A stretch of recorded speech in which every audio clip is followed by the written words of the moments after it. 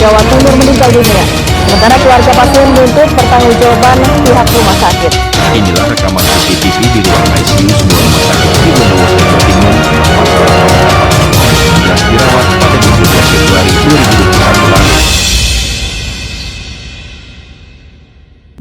Assalamualaikum warahmatullahi wabarakatuh. Beberapa waktu yang lalu,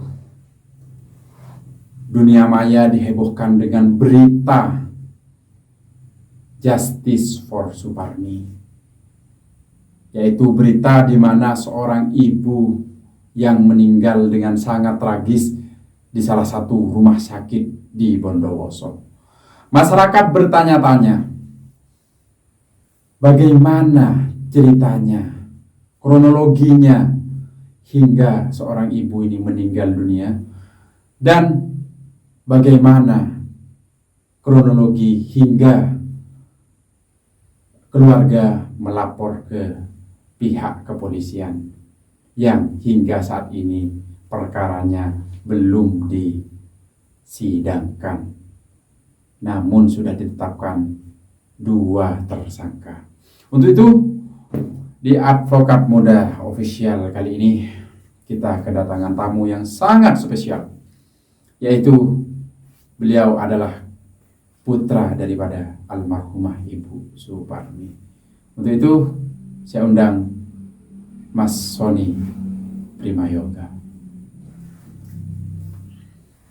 Assalamualaikum. Waalaikumsalam warahmatullahi wabarakatuh. Alhamdulillah. Gimana Mas Yoga? Ya, baik-baik saja. Nah, tetap sehat selalu. Sehat selalu, alhamdulillah. Nah, ini begini Mas Yoga.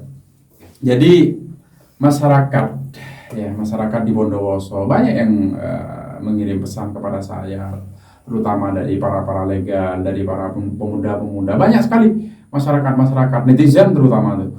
Gimana sih seorang ibu ini bisa meninggal secara tragis di rumah sakit yang notabene-nya rumah sakit yang telah mendapatkan akreditasi paripurna kan gitu kan. Oke, Mas Yoga bisa dikenalkan dulu, Mas Yoga ini siapa sih sebenarnya? Ya, sebelumnya saya ucapkan Assalamualaikum warahmatullahi wabarakatuh. Waalaikumsalam warahmatullahi wabarakatuh. Saya Ariswani Primayoga, putra kedua dari almarhumah ya. Hajah Suparmi. Ya. Ya, gimana sekarang kasusnya belum tuntas juga. Oke. Sebelum kita masuk ke sana Mas Yoga, ke sosok ibunda sendiri ini, sosok Ibu Suparmi ini, kegiatan beliau apa sehari-hari? Beliau sebagai guru senior, Guru senior di SDN Kota Kolong 1 Bondowoso. Ya, senior lah. Senior ya. Ya. Terus bagaimana ceritanya ibu ini bisa meninggal di rumah sakit, kemudian Mas Yoga melakukan pelaporan ya di kantor kepolisian. Gimana ceritanya? Dari awal.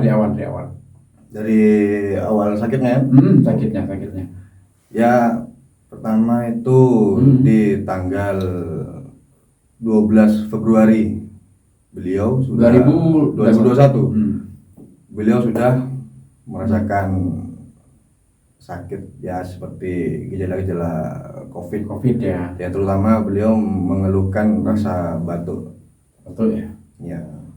Udah. Terus di tanggal 13 itu beliau sudah anggaplah sudah layak untuk di rumah sakitkan lah. Di rumah sakitkan tanggal 13-nya. Nah, saya mengantar beliau ke rumah sakit. Mohon maaf Mas Yoga. Mas Yoga ini pada waktu itu profesinya sebagai apa?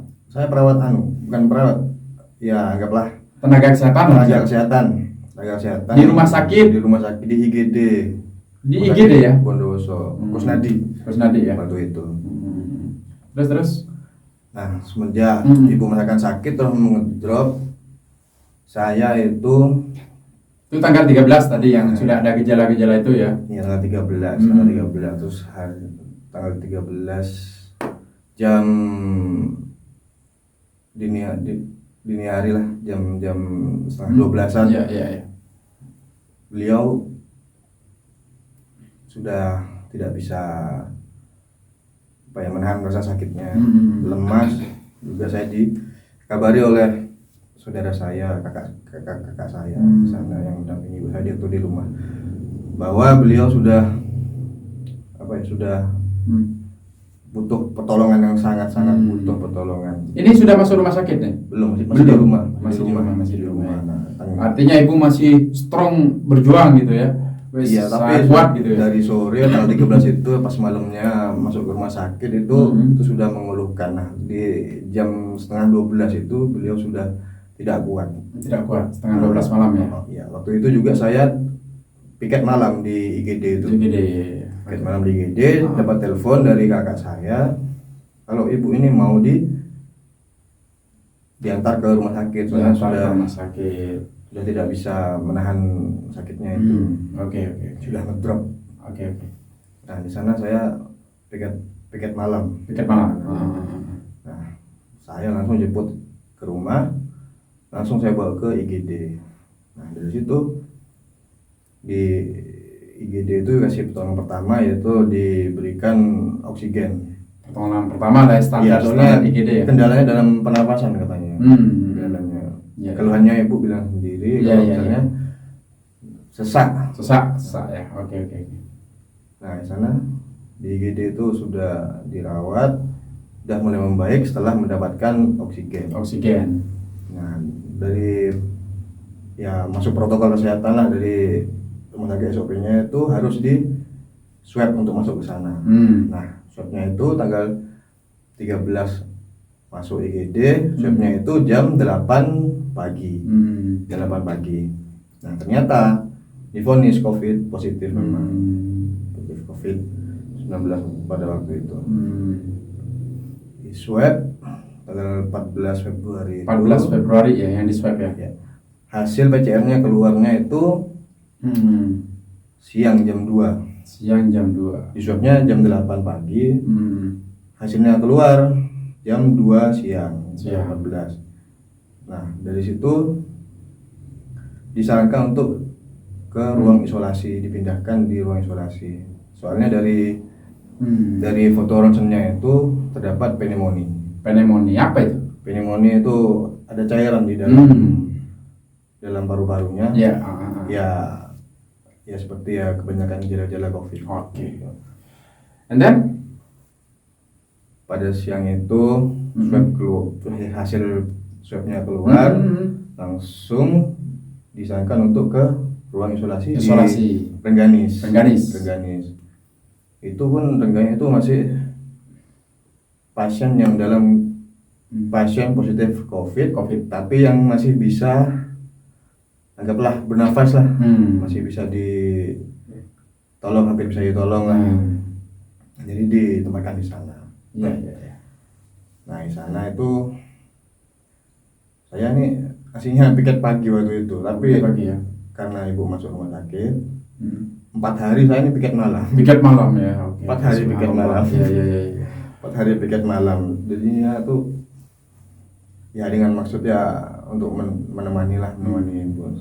Selaku saya kan nakes, jadi saya bisa ke ruangan ibu. Kecuali kalau orang lain itu tidak boleh sih. Tidak boleh ya. Karena saya pas kerja di sana di IGD itu, jadinya saya dan oleh teman-teman IGD, alhamdulillah teman-teman IGD juga mengerti juga, dan saya sangat berterima kasih.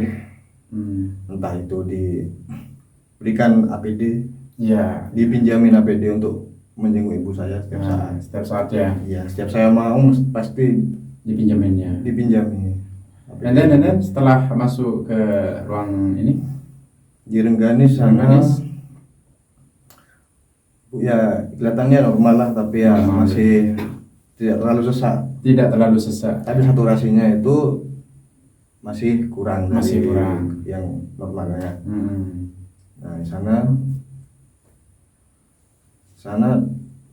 saya temani sama kakak saya, mbak saya. Temani ibu saya, ada apa keluarga. Tapi sesuai SOP masuknya. Nah, setelah itu masuk pindah ke Rengganis, Rengganis. tanggal 14 sore Rengganis, sudah dirawat di sana. Nah 2 hari setelahnya itu, Setelah di Rengganis ini? iya di Rengganis itu, nah saya dikabari sama perawat untuk menghadap ke kepala ruangan Rengganis itu, yaitu Dokter Yus. Dokter Yus ya. Dokter Yus itu untuk apa ya? Mengkonfirmasi kalau ibu ini harus masuk ke ICU COVID dan rumah sakit Kusnadi Bondowoso. Iya. Dan minta persetujuan pada keluarga, termasuk saya sama kakak saya mengurus. Iya. Nah di sana saya rundingan untuk ya apa ini, mau di ICU apa gimana Pak? Iya.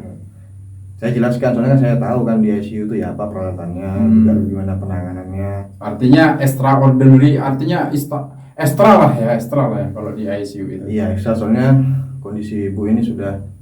Itu ICU COVID memang? Iya, mau dipindah ke ICU COVID, memang di apa ya? Dokternya minta persetujuan. Soalnya ini saturasinya nih tidak naik-naik. Nah, disarankan di sana, tapi yang menyarankan pada waktu itu Dokter Yus ya. Iya. Yang menyarankan Dokter Yus. Tetapi ada persetujuan. Ada persetujuan, diisi persetujuan mau atau enggak. Mau ya tanda tangan. Kalau enggak ya monggo di sini aja. Tapi nanti kalau misalnya ada sesuatu pas atau tidak meningkat, ya jadinya saya langsung mengiyakan ya bersama keluarga ya. Iya. kakak iya sama kakak saya langsung persetujuan untuk ke dirawat di ICU COVID. Nah itu mulai dirawat di ICU COVID itu tanggal berapa Mas Yoga? Saya ingat Mas Yoga tanggal 16 ya. Tanggal 16 bulan ini ya, Februari ya 2021. Dari 2 hari di Rengganis. Tanggal 16-nya itu persetujuan untuk meminta persetujuan keluarga untuk dipindahkan ke ICU COVID, kemungkinan bisa sembuh di sana. Soalnya di sana itu sudah alatnya lebih memadai lah daripada ruangan yang Rengganis. Oke, Dika dulu Mas Yoga, kebetulan saya ada data ini data waktu Mas Yoga di BAP ya, karena juga saya ingin tahu, saya punya data itu. Sebentar Mas Yoga.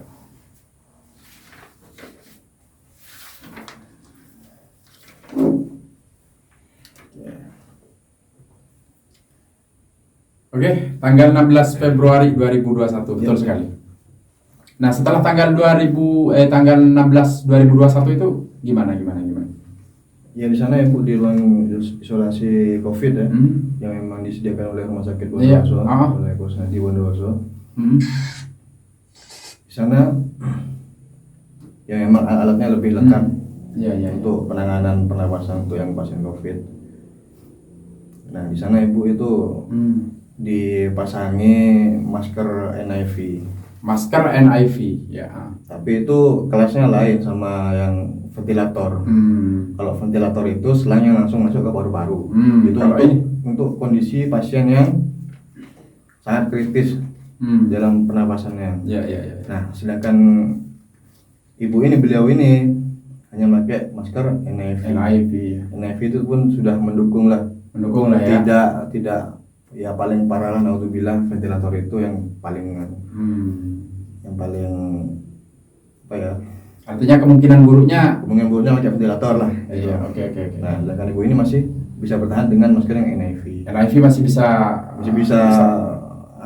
bertahan lah ya. Bertahan pakai NIV. Jadi itu ibu tidak kritis, tidak kritis. Oke.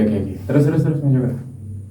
Terus waktu itu saya juga sering saya kerja sana juga kan. Artinya jenguk ke ruangan. Saya juga tugas saya tuh di sana tuh nakes, saya termasuk ya tenaga kesehatan lah, anggaplah. Saya ini mendampingi pasien ke ruangan setelah dari IGD, entah itu pasien yang ruangan biasa, sakit biasa, ataupun pasien COVID itu yang diantarkan ke Krisan ke ICU COVID Kusnadi Bondowoso. Jadinya saya tahu gimana alur-alurnya. Wis hatam lah ya. Ya sekitar tahu lah, tapi untuk sudah tahu prosesnya untuk obat-obatannya tahu. Iya. Oke. Apa-apanya. Terus setelah masuk ICU ini, terus gimana kelanjutannya itu? Ya di ICU itu ibu Berapa lama di ICU? di ICU dari tanggal 16 sampai tanggal 23 itu sampai meninggalnya. Oke. Di ICU. Jadi 7 hari lah, 7 hari ya. 16. Terus Tanggal 23 ketika Mas Yoga tahu ibu ini meninggal di tanggal berapa? Di tanggal 23. Ya, udah tahu. Mas Yoga, apa yang Mas Yoga lakukan? Nah, waktu kejadian itu saya ini Bentarkan dulu. Tanggal meninggal 23 23 meninggalnya jam 3 subuh. jam 3 subuh ya. Dihitung tanggal 23. Dihitung tanggal 23, yes. Ya. Nah, sebelum tanggal 23, tanggal 22 jam 8 malam gitu, Mas Ibu sempat atau Mas Yoga sempat ada kontak dengan Ibu? Sempat ada kontak saya sama ibu. Soalnya kan saya emang sengaja dan tukar piket. Jadi saya 4 hari itu malam Intens ya? demi nemenin ibu di sana. Juga saya kan juga didukung sama APD kan, setiap saya bekerja kan full APD harus. Full APD ya. APD lengkap kalau di IGD. Nah, setiap saya mendampingi pasien untuk ke ruangan, itu pun saya, apalagi yang khusus pasiennya untuk COVID. Nah, saya apa ya? Ya saya intens lah ya. bukan sampai saya memanfaatkan waktu itu ketika saya mengantar pasien lain ke pasien COVID. Masih Mas Yoga sempatkan? Saya sempatkan untuk ke beliau. Jenguk Ibu ya, subhanallah. Soalnya kan saya menemani dari ambulan, dari IGD masuk ke ICU COVID. Saya pun ikut masuk ke dalam. Bertemu dengan Ibu. Iya. Dan setiap saya ngantar ke sana. Dan tanggal 22-nya pada malam hari itu masih sempat ketemu Ibu. Sempat ketemu Ibu. Gimana respon Ibu pada waktu itu? Respon Ibu baik-baik saja. Ibu malah bisa ya untuk ngomong dengan masker yang 90%. Masih oksigen itu tidak bisa ngomong tapi pakai bahasa isyarat. Bahasa isyarat artinya normal-normal saja lah ya. Iya, normal saja, sadar. Itu pun Ibu pas itu minta pijat. Artinya di 22 itu, tanggal 22 itu sempat kita pijat di malam hari? Iya, di malam hari. Ya Allah. Nah, Mas Yoga, oke, meninggalnya di 23. Pertama kali dikabari oleh siapa? Sebelumnya di kejadian itu ya, ya ini ya entah itu dari petunjuk dari Allah atau iya, dari Allah. Sebelum meninggal itu Ibu itu jam 10:30 saya ada pasien untuk mengantar ke ICU COVID pakai ambulan dari IGD. Iya. Saya sempatkan menjenguk Ibu pada tanggal 22 itu. Pada tanggal 22. Iya, pada tanggal 22. Jam 10:30. Jam 10:30. Itu pun Ibu tetap minta pijat juga. Ya, sadar bukan kritis, kalau sudah kritis sudah masuk selang ventilator. Itu pakai masker yang NIV. NIV ya? Iya, NIV itu yang apa ya? Yang flow oksigen tapi ini kayak ada balonnya lah sih. Oke. Nah, tahu Mas Yoga Ibu ketika meninggal itu diberitahu oleh siapa? Itu saya dikasih tahu sama security Krisan ya, pengenalan si Krisan COVID itu bahwa Ibu sudah tidak ada. Itu pada jam 4:30. 4:30 ya. Nah, dan anehnya itu saya waktu kejadian itu jam 4:30 itu saya mendampingi pasien untuk ke ruang operasi, pasien kandungan, mengantar ke ruang operasi untuk sesar. Oke, Mas Yoga tahu kalau Ibu ini telah meninggal di tanggal 23 itu dari mana Mas Yoga? Ya, saya kejadian itu saya piket malam. Nah, setelah saya jenguk Ibu jam 11:30, jam 10:30 malam itu, nah saya kembali ke IGD.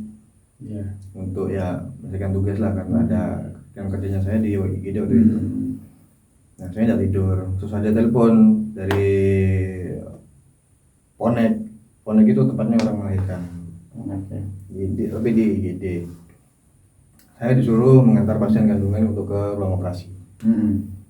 Nah, belum ada kabar waktu itu, masih telepon tidak ada atau gimana? Nggak ada ya? Iya, ada.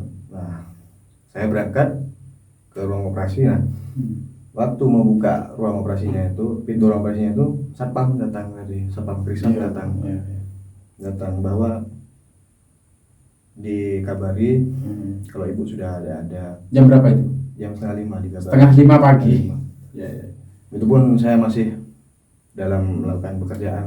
Artinya setelah itu apa? Respon apa yang Mas Yoga lakukan? Untungnya ya, anehnya ini, untungnya ya apa ini petunjuk dari Allah ya. Iya. Ruang operasi ini tidak jauh dari ruang ICU Krisan. Ketika ruangan di mana ibu dirawat. Iya, di Krisan. Nah, ada satpam ngabari saya terus. Sebenarnya satpam itu menghubungi ke IGD mencari saya. Dikiranya itu saya ada di IGD masih. Nah, dikabarkan kalau ada di ngantar pasien ke ruang operasi. Nah, di sana pun dikabarkan kalau sudah ada, langsung saya berlari. Shock ya? Iya, shock lah. Untungnya jaraknya udah dekat. Waktu ke sana jam 5 itu gimana, Mas Yoga? Ya, suasananya di sana. Perawatnya, 2 perawat itu yang tersangka ya, mau dicatat ya. Jadi perawat itu saat ini sudah tersangka ya, tersangka. Bisa dibuktikan dengan suratnya ntar lagi. Iya, ada surat nanti. Jadi petugas nakes ini yang merawat itu sudah tersangka ya, nanti saya lampirkan SP2HP. Terus nah, sana saya dikasih tahu kalau ibu sudah ada sama 2 perawat itu. Itu pun perawat itu ya kalau mau nolong lah pastinya sudah pakai APD lah. Iya, terus. Itu enggak ada pakai APD? Baru mau pakai. Jadi sudah meninggal ibu nih, diperkirakan jam 3. Jam 5 tuh Mas Yoga melihat orang ini baru mau pakai APD. Ya Allah. Oke. Nah, berkaitan dengan CCTV. Ya. Dari mana ada inisiatif Mas Yoga untuk melihat CCTV itu? Ya, berhubung CCTV itu sifatnya propertinya mereka lah, yang bisa dipublikasi oleh masyarakat, dan tidak bisa dipublikasi ke masyarakat. Nah, kebetulan nih kakak ipar saya ini sebagai polisi ya, kakak iparnya ya. Terus itu pun penyidik ya. Oke. Nah, di Polres Bondowoso. Terus. Nah, ya kondisi shock juga semua, entah itu kakak ipar, bapak, si saya juga. Nah, terus. Langsung saya, ya kenapa kok baru pakai APD? Saya bilangin, sampai kemana Mas? Saya bilangin ke perawatnya yang piket waktu itu, yang tersangka itu. Tuh, saya minta maaf gitu. Kenapa ibu saya kok dibiarkan meninggal begini? Saya begitu. Dia jelaskan itu, langsung pakai APD, langsung ya usul masih pas saya, ayo laporkan aja ke polisi, ke Polres gitu, bahwa sesungguhnya memang tidak ada orang di sana waktu ibu saya. Laporan dulu apa lihat CCTV dulu? Laporan ya ke Polres. Setelah dari Polres, kakak saya yang langsung ya anggaplah menyita CCTV dari rumah kita tersebut. Ternyata benar memang dibiarkan. Berapa lama itu? Itu dari jam 11:30 kayaknya ya. Jam 23, jam 12-an lah. Jam 12-an. Itu udah jam itu kasih bonus lah jam 12 gitu ya. Ya, jam 12. Sampai jam 12 itu yang perawat yang meninggalkan ruangan. Artinya ruang kontrol ya. Tersebut. Dilihat di CCTV. Nanti pemirsa, kita akan tampilkan CCTV itu secara jelas.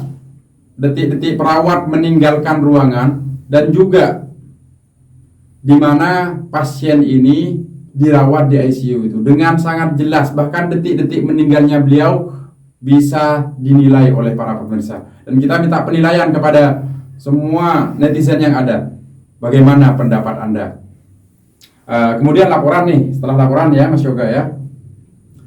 Kemudian disita kan CCTV itu? Iya, disita. Disita, udah disita.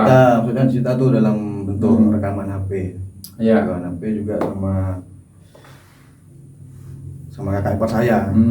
Iya. Ternyata benar dalam CCTV itu memang 2 perawat tersangka itu memang benar-benar meninggalkan ruangan kontrol. Satu pertanyaan Mas Yoga, satu pertanyaan. Ada bahasa di situ di kronologi, ya di kronologi yang saya kebetulan pemirsa saya lawyernya beliau. Saya lawyernya yang mendampingi di tingkat yang di pelaporan ini, di semua pemeriksaan saya akan mendampingi beliau. Nah, apa benar ada bahasa kok ndak jaga sendiri yang gitu? Itu gimana bahasanya? Ya ada. Gimana ceritanya? Gimana? Tolong dijelaskan. Itu setelah ya rame-rame lah di lobi itu. Rame di lobi ya. Antara dokter spesialisnya, sama dokter IGD, dokter IGD sama ada pun dokter Rius. Pas pagi itu datang juga. Nah, dokter spesialis yang khusus COVID itu siapa namanya itu? Lupa namanya dokternya itu. Ya anggap aja ada siapa gitu ya. Dokter Ek lah. Nah, bilang gimana itu? Ya kan semua emosi. Mbak saya ini bilangnya, loh, ibu saya kok dijaga, kok tidak dijaga sama sekali. Loh, itu dokternya itu soalnya kan dokternya itu kan udah 24 jam. Spesialisnya itu hanya datang untuk on call aja. On call. Terus. Artinya sudah ada apa ya? Itu pun tidak ada dokter yang 24 jam memang di ICU COVID itu. Soalnya kalau yang dokter 24 jam itu dipanggilnya dari IGD. Kan di sana dokter. Nah, di sana ya entah itu emosi apa gimana, mbak saya bilang, "Loh, kok udah dijaga apa? Sampean kok tega ini." Terus ada yang nyeletuk lah. Sampean jaga sendiri kenapa? Loh, sampean kok nyuruh saya, sampean yang bertanggung jawab di sini, kok suruh jaga sendiri. Bilang seperti itu ya. Iya, dokternya bilangnya gitu. Oke, Mas Yoga. Kenapa udah jaga sendiri? Ya, sebenarnya banyak masyarakat bertanya, ini sudah sangat jelas sekali. Artinya setelah dilaporkan Mas Yoga, ya, hingga ditetapkan tersangka ini, ada enggak tawaran-tawaran dari rumah sakit kepada Mas Yoga? Ya, setelah sempat nawarkan apa sih, iming-iming lah, apa-apa gitu? Ya, nah untuk bilang ditukar sama apa-apa ya. Iya, tapi iya betul, nyawa karena ini. Tapi iming-iming apa yang ditawarkan oleh mereka? Iya, sebelumnya saya pas hari itu juga tuh ibu meninggal tuh langsung buat laporan polisi. Nah, udah selesai diurus sudah sama kakak ipar saya, entah itu CCTV, entah itu oke lah, semuanya medis, berkaitan dengan kelengkapan alat-alat bukti lah ya. Iya. Oke. Nah, besoknya ini saya langsung resign dari rumah sakit tersebut. Jadi Mas Yoga setelah laporan ke pagian harinya langsung keluar dari rumah sakit, resign? Besoknya ya? Iya. Besoknya saya menghadap ke unit ya, ke UP, unit ke pegawaian rumah sakit itu. Akhirnya untuk resign gitu ya. Di ACC? Ya sempat bilang gini, ya bincang-bincang itulah, ya untuk berduka cita. Iya. Terus ya juga saya menyampaikan kalau mau resign dari rumah sakit ini, soalnya saya ini sudah orang dalam, kenapa sudah diginikan? Iya. Apalagi orang luar yang bukan keluarga besar dari rumah sakit tersebut. Iya. Terus apa jawabannya? Ya saya bilang saya mau resign ini juga. Ya ini benar, saya cuma itu. Enggak, maksudnya yang saya tanyakan, ada enggak tawaran-tawaran atau iming-iming dari pihak rumah sakit? Iya, tawaran itu setelah ke ziarah ke rumah. Ziarah ke rumah. Tawarannya berapa apa? Satu? Ya itu, ya anggapannya pihak rumah sakit saya mau dijadikan pegawai tetap. Ya, selama sebelumnya pegawai tetap kontrak. Terus. Tapi jangan sampai rame-rame ke polisi. Saya artinya dijanjikan untuk menjadi pegawai tetap gitu aja.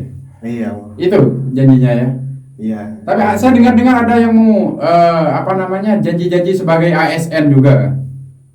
Nah, masalah ASN itu ya saya apa ya?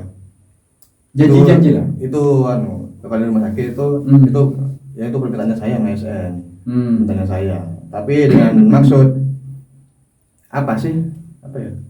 Yang tidak bisa dikabulkan sama semua orang, baik itu apa? Artinya saya mau ngasih tawaran yang tidak mungkin dikabulkan gitu maksudnya. Nah, iya. Sebenarnya saya apa ya? Tidak pengen dah jadi apa ya? Jadi minta jadi ASN atau apa. Artinya saya cuma apa ya? Artinya bisa apa enggak? Seorang nyawa itu ditukar dengan semurah itu kan gitu kan. Iya. Artinya sampean mau menyampaikan bahwa kira-kira kalau saya memberikan pertanyaan ASN bisa enggak saya? Intinya sampean mau ngasih pertanyaan yang tidak bisa dikabulkan. Yang tidak bisa dikabulkan. Nah, akhirnya apa jawabannya? Akhirnya itu waktu pengacara yang ke rumah. Pengacaranya rumah sakit. Iya. Pak Gigi. Iya. Mas Yoga maunya apa gitu. Loh, kok maunya apa Pak? Saya maunya ya ditersangkakan maunya apa? 2 perawat ini. Iya. Gak ada anu lain Mas. Gitu kayak. Sudah saya berpikir apa yang kira-kira yang terjadi dikabulkan. Langsung saya nyeletuk. Terus saya minta jadi ASN. Oh, itu ya Mas ya. Yang nanti saya sampaikan ke Dr. Yus gitu. Oke. Tapi itu bukan kemauan saya cuma apa ya? Ya enggak mau tukar apa-apa ya, tapi mereka ya sempat nyentuh juga, bukan hanya sama Mas Yoga, sama saya dengan Pak Edi Firman bilang, "Enggak apa-apa Mas Habib, yang penting enggak sampai puluhan miliar gitu kan." Emang enak banget nyawa ditukar dengan duit kan gitu kan. Itu ya yang saya enggak habis pikir. Dan Mas Yoga tahu enggak kalau 2 orang ini sudah dinonjobkan dari pekerjaan itu? Beritanya begitu. Bukan beritanya, itu saya yang punya punya pernyataan yang ditandatangani oleh dokter. Nanti saya masukkan di YouTube ini biar masyarakat tahu. Nah, setelah dilaporkan ke polisi, kemudian tetapkan tersangka. Hingga saat ini bagaimana kasusnya? Zong tidak ada ditahan? Tidak ditahan ya. Sedangkan kasus-kasus nyuri ayam itu aja ditahan gitu kan. Bertahun-tahun nyuri ayam, nyawa. Ini nyawa kan gitu. Jadi pemirsa perlu diketahui bahwa ini berkasnya P19. Polisi sudah melengkapi yang namanya P19 itu dikirim, P19-nya lagi banyak sekali P19, dikembalikan lagi. Ini sudah jelas. Mas Yoga sudah diperiksa? Sudah diperiksa. Nakas sudah diperiksa? Sudah diperiksa. Ada CCTV. Terus ada keterangan bahwa yang bersangkutan dinonjobkan. Ngapain kalau tidak salah buat kayak gitu? Ya kan orang gila apa? Ini sudah tetap bekerja. Udah sangat terang sekali ini kasus. Sudah terang sekali, ini gampang sekali ini kasus. Makanya nanti di season kedua nanti kita akan bongkar CCTV-nya satu persatu, termasuk bukti-bukti apa yang kita miliki. Saya mohon Pak Kejaksaan Agung ya, silahkan lihat video ini. Nanti Mas Yoga bersama teman-teman Laskar tolong di-share ke semua media yang ada, ke semua YouTuber yang ada. Tolong di-share ini video. Nanti part 2 kita akan tayangkan bagaimana mengerikannya, bagaimana tragisnya seorang ibu ini meninggal di rumah sakit. Jadi next, harapannya Mas Yoga? Ya harapannya ya tapi masih tumpul pedangnya. Masih tumpul ya. Tapi intinya perlu Mas Yoga ketahui bahwasanya saya sebagai lawyernya Mas Yoga, saya ini orang Bondowoso Mas Yoga.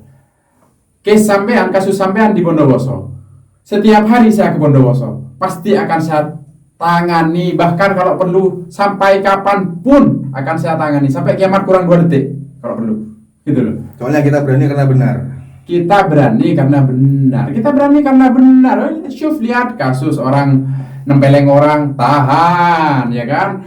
Kasus orang nyuri ayam, tahan. Kasus orang berkelahi, tahan, ya kan? Kasus pilye, tahan, gitu. Karena saya ini pengacara tiap hari puluhan sidang, saya tahu sekali. Nah, ini kasus nyawa. Sudah tersangka, lenggak-lenggok, santai-santai dengan enak-enaknya. Makanya ketika sudah Anda tahu masyarakat Indonesia, kalau sudah tahu bukti yang kita miliki berupa CCTV itu, nanti di part 2 baru kita akan mengetahui seperti apa sebenarnya kasus ini. Dan bagi Anda yang tidak meneteskan air mata, berarti Allah telah mengangkat hati-hati Anda. Berarti Allah telah mengangkat nurani Anda. Maka dari itu, pesannya Mas Yoga tadi satu apa? Ya, dari pengalaman saya waktu di rumah sakit itu, ya tetaplah awasi, pantau semua nakes-nakesnya. Ya, yang kedua, untuk kepolisian lah, untuk kepolisian, ayolah dibantu sayanya, jangan apa ya, jangan lama-lama. iya. Kalau tugasnya polisi ini kan sudah selesai, Mas Yoga. Iya. Oke, tinggal yang ketiga harapannya untuk JPU. Untuk JPU? Ya, semoga dilancarkan. Semoga dilancarkan. Dan pesan-pesan itu juga akan saya sampaikan. Yang pertama, saya titip kepada masyarakat di Indonesia. Dengan adanya video ini, Anda akan tahu bagaimana penegakan hukum di negeri ini. Dan yang kedua, pesan saya kepada JPU yang menangani kasus ini, hati-hati. Wa may ya'mal mithqala dzarrah, kata Allah. Jadi lo jika melakukan menyakiti hati seseorang, apalagi mendolimi, catat ini. Ingat, Anda akan merasakan hal yang serupa, tidak pada diri Anda, pada keluarga Anda, tidak pada keluarga Anda, pada anak-anak Anda. Dan kita mulai detik ini dan sampai detik ini tetap akan mendoakan dan menyerahkan kepada Gusti Allah, dan tetap akan berikhtiar yang terbaik bagaimana kasus ini tetap jalan. Tidak hanya itu, kita akan gugat perdata. Kapan? Nanti ketika inkrah. Dan itu lihat itu. Makanya saya tunggu dari kemarin, tidak ada upaya-upaya apapun. Bahkan nantang-nantang. Bahkan kan kita tahu, bahkan ini kriminalisasi nakes, apalah. Maka dari itu, Mas Yoga, kita ingatkan, terakhir kita telah melaporkan media. Hati-hati, sudah saya laporkan. Tiap hari saya kontak dengan penyidiknya, minta SP2HP. Ini sudah berapa bulan kita laporan? Sudah setahun. Ya, setahun lah. Untuk yang Justice for Suparmi yang pertama. Ya. Untuk yang laporan media berapa? Untuk laporan media ini sekitaran 3 bulan. Sekitar 3 bulan lah ya. 2-3 bulan lah kita udah laporan. Intinya kita akan tetap stay on the track. Kita akan tetap itu. Kita akan tetap stay. Kita akan tetap seperti ini sampai kapanpun. Dan ingat, jangan tawari kita apapun. Jangan tawari kita itu. Karena kita tidak butuh. Kita hanya butuh kepastian hukum. Begitu. Jadi terima kasih Mas Yoga telah hadir di studio kita. Semoga langkah juang kita ini seiring dengan ridha Allah Subhanahu wa taala, dan kita harus yakin bahwasanya apa yang kita hadapi ini sesuatu yang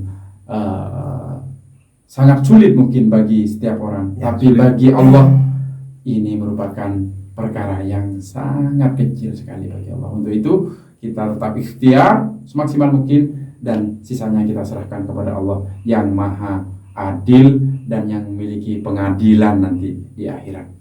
Dan ingat Mas Yoga, dan perlu diketahui, saya sudah sepakat dengan keluarga semuanya bahwa kita suatu saat di akhirat i'tikad, kita akan menjadi saksi terhadap anda yang bermain dengan kasus ini.